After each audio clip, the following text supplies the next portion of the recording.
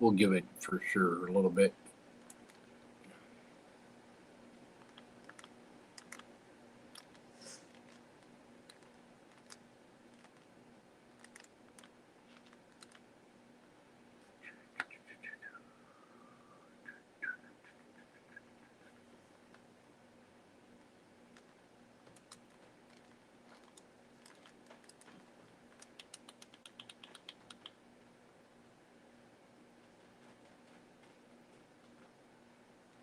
That ain't broke up. It's on. Showing up pretty good.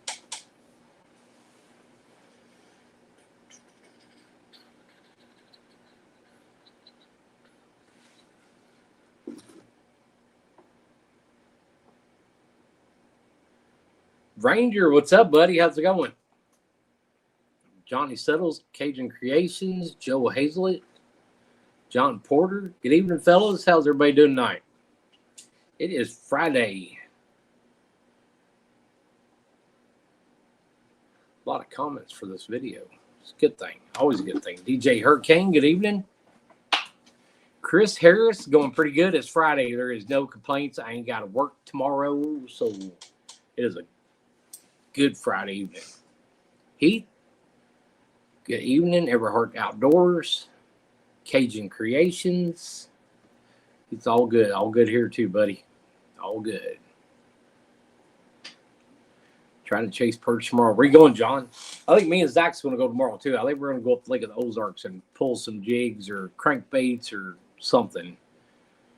Patricia, how are you?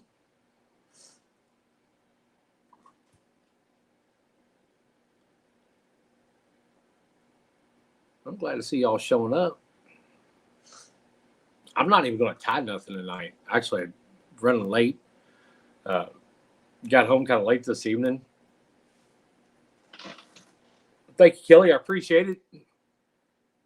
Super Dave's in the house. Rougarou. That is how you pronounce it, ain't it? Rougarou. I like that better than C-Day. Rougarou. Glenn's Outdoors. White bass crappies on fire at Truman. I heard that. I got that email, Dave, and I haven't had a chance. I seen them at break when I was at work, and I get no reception inside. I'll send you a message back on how to get those. I got a few left. I thought it was. I got just a little bit of Cajun in me. Lost Viking and ready for duty. Anybody else going fishing tomorrow? Anybody else got a good fishing report for where they're at? Cajun Creations, the Brazos River earlier today. Heck yeah. Lake of the Ozarks. I think that's where we're going to go tomorrow. I got a tournament coming up there February. I don't think this coming Saturday, but maybe the Saturday after. So I want to go check it out. It's supposed to be like 65 degrees here tomorrow. They changed the forecast. Now it's going to be like 45, I think. Joe Hazlett. Joe Hazlett, looking forward to crappie season in Missouri. I'm doing trout now. They put trout on the pond in Moberly, Missouri. That's always fun. Me and my dad used to fish some ponds that got stocked for trout. Randy Schaefer raining. Hey, John. Nice. That sucks. I'm going to try to do some BFS crappie fishing tomorrow. Haven't been in 2 weeks. I haven't been. I had to wipe. I thought I was going to go last weekend. I had to clean the dust off of it. Yep, that's what they're calling for here. 70 today. Got like 68, 69. Supposed to get cold Sunday and start snowing. I don't think it's nothing bad enough here. It's going to stick at all. It's supposed to be 80 degrees in Silver Springs, Florida. I'm jealous, DJ.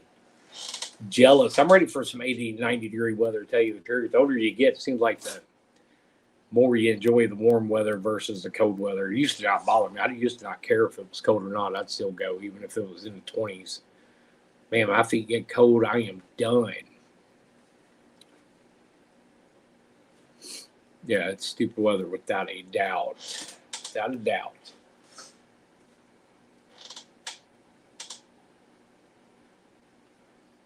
Rain all weekend. That's what it did last weekend here. It rained all weekend.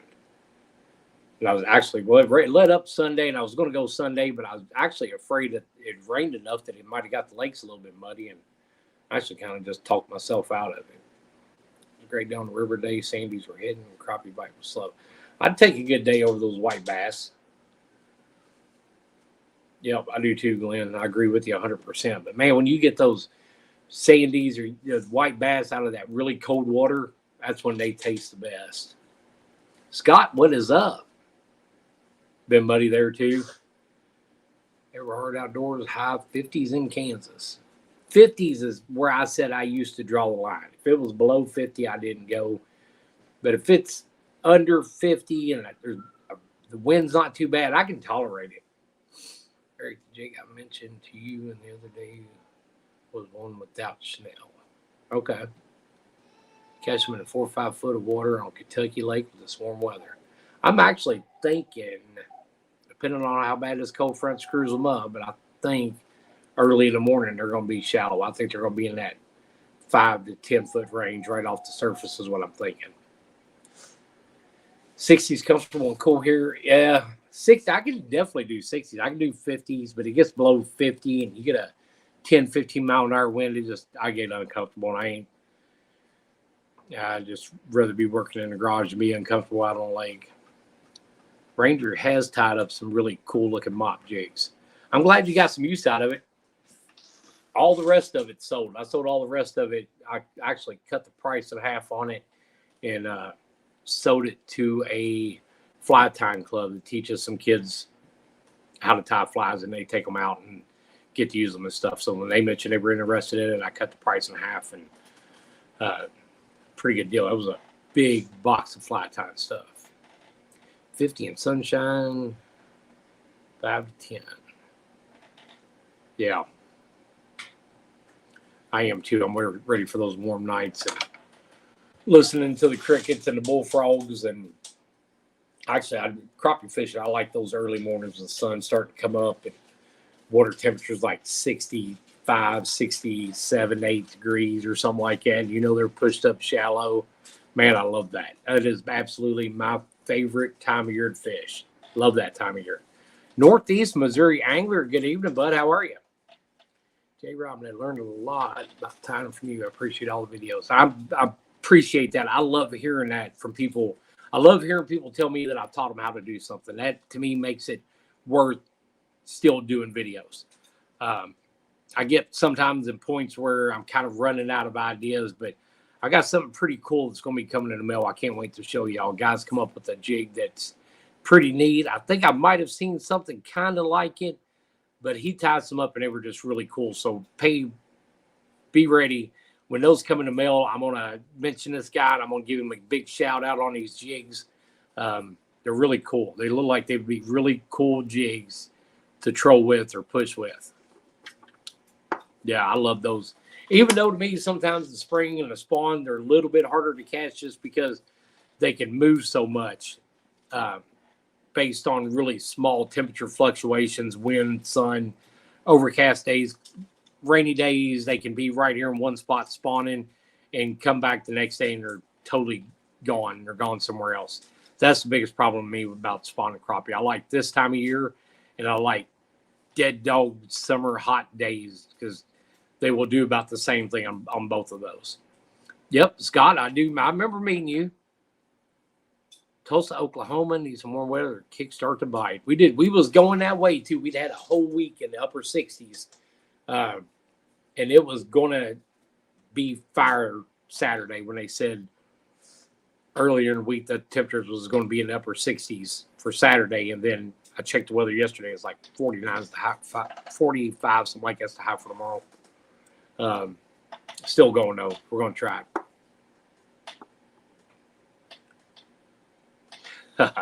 The crappie in Norris and Cherokee Lake will need to be put on notice. Good deal. Scare them crappie. Tell them I'm coming. Jigs are coming with me. How's that? Yeah, that's a good one. Zach's down here. We're taking. He's actually. I'm going to do it as fair and even as I can on this. He's writing down names. We're going to put them in a hat and we're going to draw a name out. He's going to draw a name out. Do a trip. Not worked out last year at all. Glenn Hook, give me a call. I'm probably looking at some overtime here in the next couple of weeks, but it should get a little bit better after that. I'm hoping around spawning time February. Well, from now all the way until end of June, you got them big females are going to start moving around here pretty soon. The males ain't going to be very far behind them. We're going to fish tomorrow, Lake of the Ozarks. And I'm planning on starting. I think I'll probably side scan a few docks and see if they're up underneath those docks. And if they're not, I'm probably going to go out in the mouth of a cove and start checking out in the channels, try to find them. I think we're going to pull crappie jigs or pull those really super small crankbaits and see if we can't dig some up like that. If not, we're going to cruise around out the boat and knock the dust off of it and drink some coffee, ain't we? He shook his head, yeah. Fish is ton for steelhead. A lot of your jigs will be great steelhead. More audience for you. I've had a lot of people tell me that they would be good for steelheads. I think you guys look for some, probably pushing more toward quarter ounce and stuff like that. Like you follow, biting good on crappie at the docks. I seen some posts the other day on some big old crappie that came out of Eufaula. I don't remember them being on. I don't remember where I seen the picture at. If they were in a boat or if they were out on the docks. John Porters are in the creek channels now. I think I really flicker shads. The flicker. I save all my flicker shads for the walleye. I'm expecting we're going to find ours in the mouth of coves hanging on the creek channels or out just a little bit further than that. Bill Star Marina been showing a lot. There was a name to it, and I can't remember what I'd seen. 16ths and quarters for steelhead. Well, that's the exact same thing. I'm tying for crappie. If you got a really good steelhead jig you like and a really good pattern or something like that, send me a picture of it. Let me see. I might be interested in doing some steelhead stuff. Chris Harris. Yeah, it seems like I follow something about Bill Star Marina on Facebook. I'm pretty sure there's a lot of those marinas I follow just in case we want to do an out-of-town trip or something like that. I know kind of got an idea what marinas I want to use. And I know Eufaula isn't real far away from us. I mean, it would be a lake one day I might decide we're going to head to. I don't know if we would do crappie at Eufaula, but I might end up going. If I went down there, I might end up doing flatheads or something. Rougarou during the summer, I like to pull 300 bandits, mainly in June and early July. A lot of people like those bandits, those 300 bandits. Yeah, I don't know about the shops. I don't. It's kind of hard to do those shops because a lot of those guys are looking to get them at retail. Yeah, a lot of people use those bandits, especially on Lake of the Ozarks. That's a big deal on Lake of the Ozarks. Those 300 bandits. 5 to 8 foot deep in coves. As right now, with the weather front that's coming through tonight, it's either going to be a really slow bite or it's going to be a really good bite deep. My guess. I could be totally wrong on that. But I got a tournament coming up there in a couple weeks, and I want to go just check out a few docks. Yeah, thanks for being free with your knowledge and techniques. Your content and personality has gained way more respect than you realize for your fellow fishermen and jig makers. Thank you. I appreciate that. I try to be honest and as fair as I can. If I find something that's junk, I will let you know it's junk. With that being said, I got the affiliate link on Amazon. There's some stuff I use on Amazon. There's some stuff I won't send links to. Some of it I've been through so much junk from places like Amazon, Temu, and I'd rather see somebody else say, "Hey, this is what that looks like. Let's not use it." So be careful with some of that stuff you get from Amazon. If you're not sure about it, send me a message because I guarantee you, when Amazon first got big, I did the Chanel, I did the thread, I did a lot of stuff up until I found the Flash. When I found the Flash was an unbelievable deal. I don't see me ever buying Flash from any Flash shop or anything anywhere, just because of what I found there at Amazon. And y'all know I've made so many videos about posted stuff coming from China and things like that. And sometimes I buy it just because if it's good, I'll buy it. If it works, I'll buy it. I hate to take that away from the small mom and pop store down the street that's selling them. But that Amazon thing was kind of a deal you don't really want to pass up if you're tying anything. After watching your video, inspired me to start tying my own jigs. What is a good, affordable vice to start out with?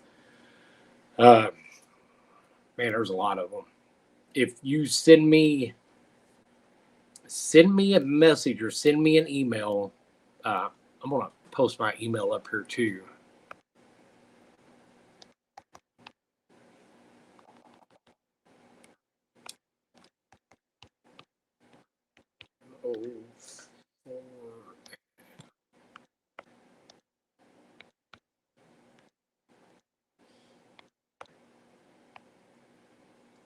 There you go. There's my email. Write my email down. Write my email down. You can send me an email. You can send, if you got my phone number, you can send me a text message. You send me a message on Facebook Messenger, and I will send you a link to the vice that I'm going to tell you about. Great vice. Yes, and if y'all are on right now, don't forget, hit that thumbs up. So, how many names you got wrote down? How many people was that? Quite a few. He's not really counting. He's just writing them down as they go. All my flash comes from Amazon, like I told you before. I got fly fishing full time, and flash goes into a ton of my winter flies. They go into a lot of my jigs. When I first started tying a lot, I was being very careful. I was pulling off one strand and tying it on. Whatever I had left over, I would actually cut off and save them for the jigs coming up. With what I get off Amazon now, I mean, y'all watch me do it. It's this kind of flash that's coming off there. I pull off a chunk like this. I mean, I get it on there good. And then when I sell those jigs to people, I tell them, hey, if you want that flash a little bit less, just cut some of that off and make it thinner, or just leave it the way it is. Scott, how's it going, buddy? So on a lot of my videos, the last couple of years, people, I tell them I'm generous with the flash. I'm not cheap with it. Well, that was why I kept it a little bit of a secret. I didn't really share because I didn't really know how to share. I didn't have an affiliate link and didn't really know how to share any of that stuff. So, like I said, you message me, I'll send you links to everything I can find. And if you do message me, you gotta have a little bit of patience. It takes me a little while to get back because all day I'm at work all day, and I can't. I've got no. Even if I wanted to message y'all back or could message you, I can't. I've got no reception. So everything usually waits till I get home, trying to do some videos, and I sometimes just run out of time and forget to do it. Thank you, SS, for hitting that like button. Appreciate it. They do have a great selection of flash, and eventually I will find the right Chanel, some stuff on there too, or I'll talk the right company into putting that Chanel on there and trying to make that to where that's as affordable as that flash was. And we get Chanel as affordable as what that flash was. Well, we'd be tying jigs for a whole lot cheaper than what we are now, especially if you can find a place that did hackle. We were down at Grizzly Jig Company last weekend, and I haven't looked. I meant to look it up online when I came back to look up their website to see if that hackle was as cheap on their website as it was on inside that store. But inside that store, those were quarter-ounce packs for $6, and it was name brand stuff. I can't remember what brand it was. That was really good hackle for the price they had on it. J&N, how's it going? We're going to go till 7:40. At 7:40, you got J&N? You're writing it down. It's like that everywhere in Las Vegas. It's one time you go to Bass Pro and they got a ton of it, and next time you go, they ain't hardly got none of it. I go to Plateau Fly Shop right down the street that used to have everything all the time. Their walls and shelves are just totally bare. It's hard to believe. When I went in there a couple weeks ago, it just gone. Pete K and Major Brown. Some of the Amazon Marabou wasn't too bad. I bought a couple, but the packs were kind of small. And by the time that you bought the same quarter-ounce pack, it wasn't. It was, the price was as comparable as what Bass Pro or some other place like that had it at. Moose tackle was good, and Woods and Water Outdoors is good. Moose tackle prices are a lot better than Woods and Water. I've got a lot of moose tackle material, a lot of it. Yep, bucktail. I don't even think I own a bucktail in my shop right now because of how bad the prices went on bucktail. When I first started tying, you could buy one bucktail for a plain white one. It was like $6. A colored one was like $8, and now they're like $14, $15, up to $23 for one bucktail. Stephen Gray, how are you? Chris Harris, how are you?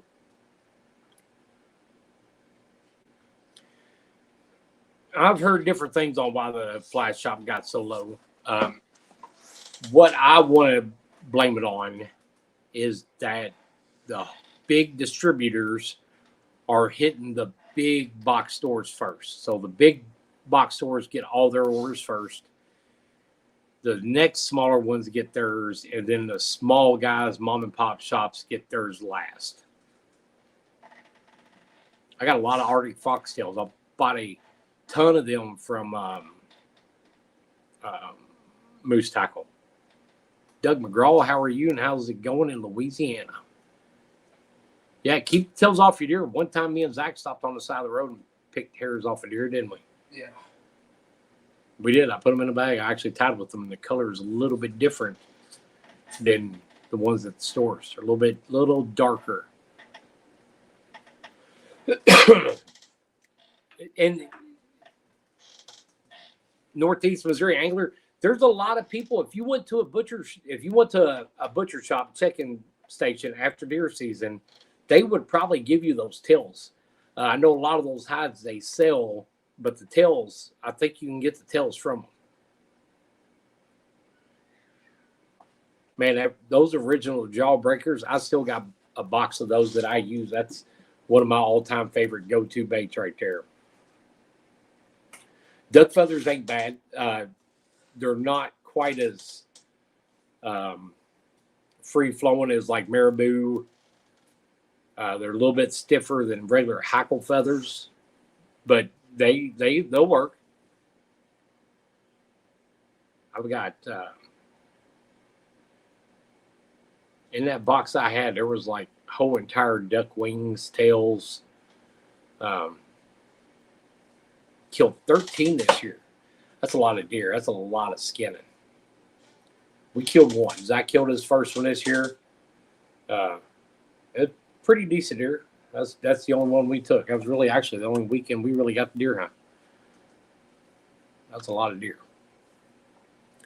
All right, 7:40. I'm going to draw the line. Everybody that's here is going to be here. And yeah, it's a lot of process. That's all.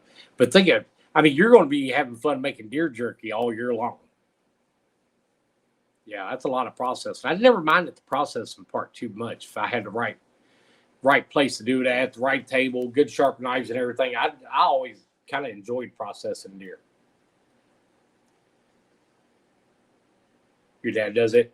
Yeah, I always like doing it, kind of getting it all separated out, getting it folded out, trimming it all up, cutting it up into chops. And we took ours to Amish place south of us, and I took it in there, and I had the tenderloins completely cut out, each one frozen separate, and then I had all the rest of it done in the burger, and everything else left after that done in the jerky trimmings.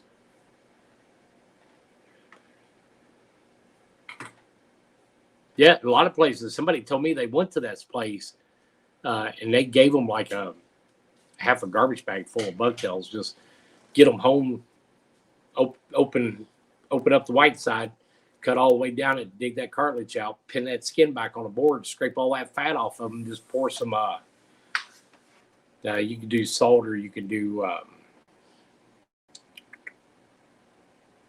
borax. Put borax on them. Keep them covered in borax for about a week, 2 weeks. Ranger said he killed his 4th buck this year, and he's about your age, Zach. No, he done good on that one. I was pretty impressed on it. It went down fast, though. Killed deer. That ain't bad, Glenn. John Porter, Talbot moose hair. I got some moose hair. Yeah, they would make good clousers. I kind of like the way. I love the darkness in that moose hair. It looks pretty cool. Yeah, you just split them right down the middle, scrape all the fat cartilage out of them, cover them in borax, and keep it covered. But start soaking through, put some more on it, and just leave it sit there like that. I think it's like 2 weeks time to get that. If you do them too soon, you'll know because they will start to stink. There was one of my boxes that smelled horrible for months. Don't think I've ever tied an ice minnow. Johnny Settles watch me get a Hobby Lobby. Has some decent prices. Hobby Lobby has some pretty decent stuff.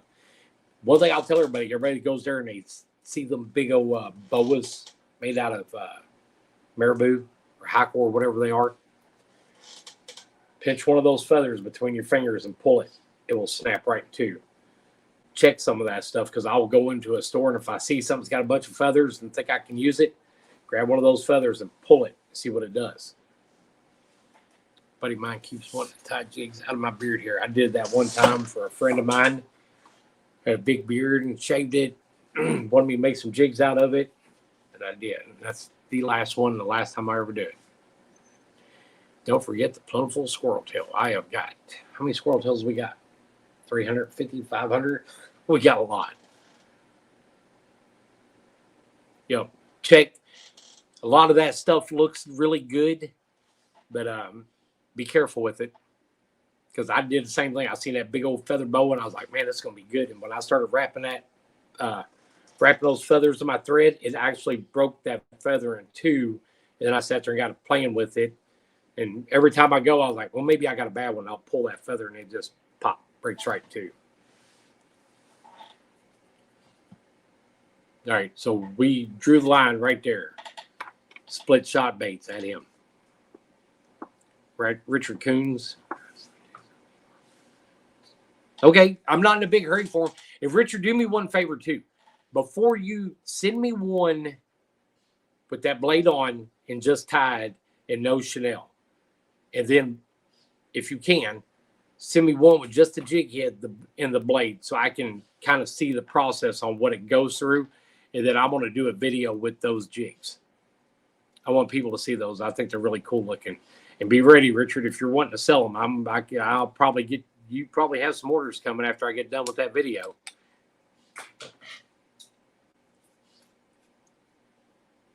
Actually, Richard, would you think about doing a live with me and talking about them? Be interested in that? But I forgot to say, we went down to Grizzly Jig Show. I did the podcast with Brad Chappell and the Crappie Connection. I will say this, Brad Chappell is class act. The podcast, that was a lot of fun. I did it with Brad Chappell and Jim Churchill. That was a really good time. So be watching for the Crappie Connection. And me and Jim Churchill's on there talking about his style of tying jigs versus my style of tying jigs and what we agree with and what we don't agree with. Had a great time doing Brad Chappell's podcast, Crappie Connection. Check him out on YouTube. If you have not seen the Crappie Connection, you're gonna love it. Especially if you live down in Mississippi, Louisiana area, stuff like that.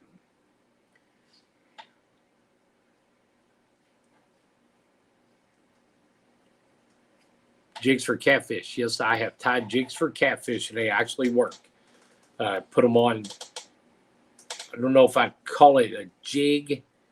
I seen another YouTuber do it, and I was blown away when I seen it, and I did it, and I put some on some jug lines, and I had live shad on 3 noodles, and believe it or not, but I caught catfish on the ones I tied, even though there was still a live bait on the hook. Unbelievable. It was crazy.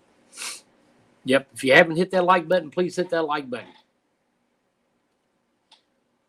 But these ain't jigs. It was kind of like a really big fly.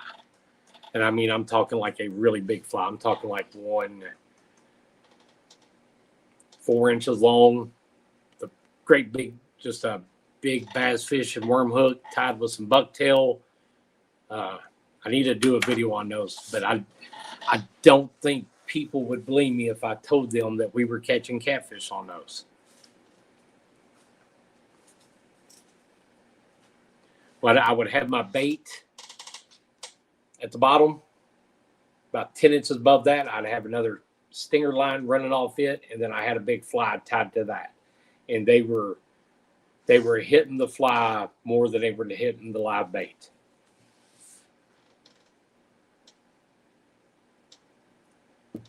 I got them in a box somewhere. I wish I was blown away when I see another guy on YouTube do it. And I was so blown away by it. I had to tie some of them. And I went out that weekend and tried it, and they, on it, hands down, they worked. I don't know how good they would work if, like, you just put it on a line and threw it out. I don't know if they were sensing the smell of the bait and seen that first. I don't know. One time I'd say it could be called luck, but when you do like 9 of them in one night, and actually it was during the daytime, it's definitely not luck when you do that many all in one shot. And the ones I did, I had some dark colored ones, some brown, some whites, and I caught catfish on those. And then I used chartreuse red and then blue and white, and it didn't matter the color. They hit them on all of them. There's a big bass fishing worm hook. Actually, I got some right here because I had some ready that I was getting ready to tie up. 5/0. That's what I was going to tie them on again. That's why I had these sitting out. 5/0 worm hooks, offset for bass fishing. I was completely amazed by it. All right, we're going to do this drawing. You should have to do it. No, you should have to come over here on camera and do it. Come on. Oh, he's not going to do it. All right. So we'll put it up here so I don't see. All right. We got a name. We have got Doug McGraw. The camera shows it. Doug McGraw is the winner of the box. There was everybody else's name in there. Always afraid somebody thinks I'm cheating or something, and I just dropped Doug McGraw's name back in there. But it's Doug McGraw. You are the winner of that box, buddy. There you go. That's the one. Be almost 50 jigs. Decal, a couple other little things I'm going to throw in there too, and hopefully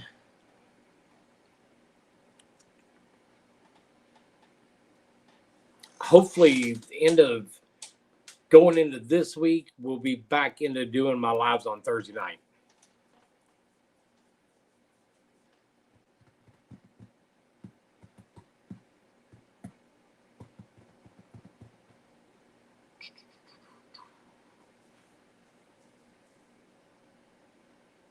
Well, Doug's been following me for quite a while. Doug was on here way back when I first started. And there was quite a few guys that are on here that were from way back when I first started.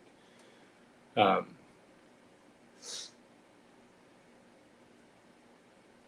find him. But I just want everybody to know I appreciate the follow, the comments, the watching my videos and all that. It means a lot. Zach was the one that come up with the idea, hey, you ought to try doing this on YouTube. Always got to thank him too. He's been my sidekick for a long time on doing the YouTube thing. He helped me kind of figure it all out. But yeah, I want to thank everybody.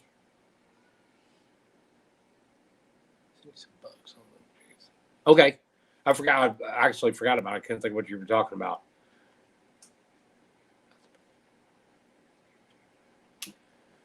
Thank you. Yep. everybody send me a message. And I appreciate everybody for helping me hit that 10,000. And I'm going to start working to 10,000 or 20,000. And hopefully I got this thing here all worked out, set up, ready to go. Kind of got my stuff on the boat, ready to hook it all up. And hopefully we can start working on some fishing videos starting tomorrow. I'm going to try to put one together. Hopefully I can get everything to go right. And what I'm planning on doing is starting my channel with the fishing part of it, going in from winter through spring, through summer, through fall, and then just keep right on going. So that's where everything's kind of changing to. Still be doing videos here just like always, but I want to start doing how we fish on the boat. I want to do things a little bit different than what I see on YouTube now. And I think there'd be a lot of folks out there that are going to kind of appreciate that side of crappie fishing. That being said, I'm going to get off here. And actually, I'm going to get the truck turned around and get the boat ready and have it already hooked up. So all I got to do is get in the morning, make a pot of coffee, and go. Thank you guys for watching. I greatly appreciate it. And share if you've got a friend of yours that's tying and needs help, send him my way. And I do try to answer everybody's questions. I really do. And if I've missed something you've sent me the last couple of days, I apologize. I've been pretty busy. We worked some overtime this week. And when I get anything past working 8 hours, don't leave much time for anything else. Thank you guys for the thumbs up. I greatly, greatly appreciate it. Y'all have no idea what it means. That being said, I will see y'all hopefully Thursday. I should be on 40 hours this week. I hope. Cross my fingers. We'll see you guys.